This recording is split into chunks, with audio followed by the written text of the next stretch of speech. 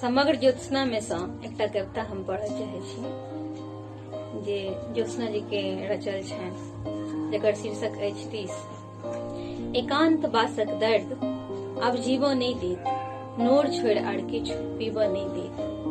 प्रायः हमर नियंता खुश होए हमर दिन पर, मुदा हंस ले रे नियंता, फेर अवसर भेटो वा नहीं। जे छल न्योछावर सब अहरनिश बस तोरे पर। ओ दूर जा नुकौने छै आ हमरा दुखौने जा रहल छै।